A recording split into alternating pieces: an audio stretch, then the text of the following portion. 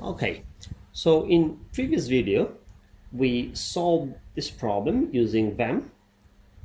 Now we will solve this problem using Solver in Excel to find the optimal solution. Actually, the method of solving transportation problem in Solver is same as solving linear programming problems in Solver. So let's do it. Let's see how to do it. So you see, we still have the same table in here, and we change. We change only to one row and column. We don't need row penalty and column penalty in here. Instead, you need a row total and column total. So let's see how to do it. So here for row total, we have to get the total value of the total bags of blood from one bank to hospital. So for this time, we will move the cost from this table to another table below, and this will help us to get the values in this table, in this box. Now let's the column total should be summation of all these three boxes.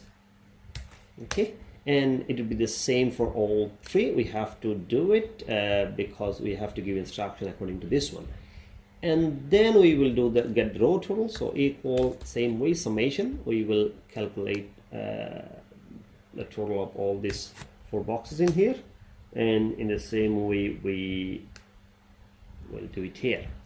Now the solver logic works in this way that we have to get equal value in column total and the demand.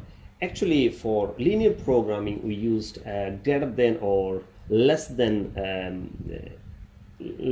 signs, but for this one, as this is a balanced matrix, we have to use equal sign for constraints. So let's do it. This is still the sum product, so we actually do not need to change it. I guess we have to. So let me do it. Equal sum product. We'll use sum product, and the sum product will be the values in here and the values in here. Means this is the cost, and the one above is number of bags from bank to hospital. Okay, so we will go to data, open Solver, and let me move it here so that you can see it. So actually our objective box should be here. Our objective here is to minimize the cost, so this is our objective, and then we will say this is minimization. We are minimizing cost, and by changing values, we'll change the values in here for these boxes.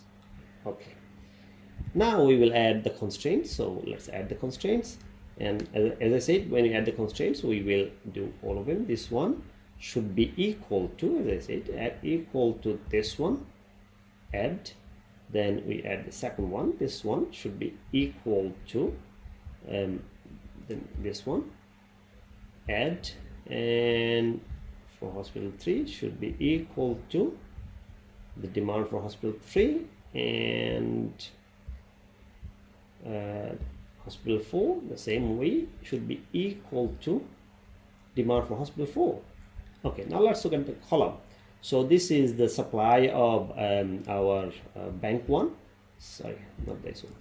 Supply of bank 1 should be equal to total supply, and then total supply to the hospitals from the bank 2 should be equal to the total supply from the bank, and this is the last one, should be equal to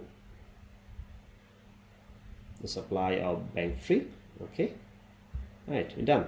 So let's check one more time, and our objective is to minimize the cost, so we choose this one, which is the sum product, and we minimize we will minimize the cost, and by changing the values in these boxes where we will get the values of bags of blood from banks to the hospitals.